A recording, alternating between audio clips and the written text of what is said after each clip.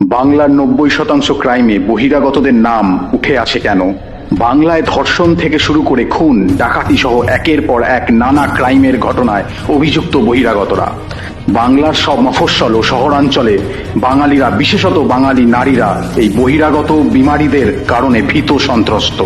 আচ্ছা ভাবুন তো, যদি বিহারে বাঙালিরা এই রকম একের পর এক ক্রাইম করে যেত, সেখানকার নারীদের নির্যাতন করত, খুন ডাকাতি করে যেত, বিহারি ব্যবসায়ীদের হুমকি দিত, তাহলে বিহারে বাঙালিদের অবস্থা কি হতো?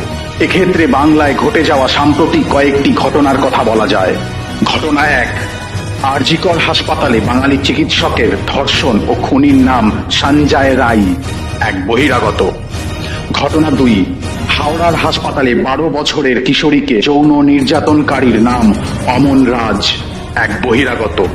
ঘটনা 3, বিটি রোডে শান্তিপূর্ণ আন্দোলন কর্মসূচি চলাকালীন মত্ত অবস্থায় ব্যারিকেডে ধাক্কা মারে এবং বাঙালি নারীদের প্রতি আপত্তিকর মন্তব্য করে এক বহিরাগত সিভিক ভলেন্টিয়ার, নাম গঙ্গাসাগর গোন্ড। তাকে ঘিরে ধরে আটক করে সাধারণ মানুষ।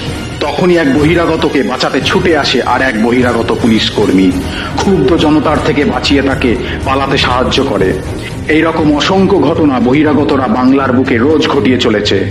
বাঙালি, তুমি এখনো যদি এই বহিরাগতদের দাপটের বিরুদ্ধে রুখে না দাঁড়াও, তবে ভবিষ্যতের ভয়ঙ্কর দিনের জন্য তৈরি থাকো।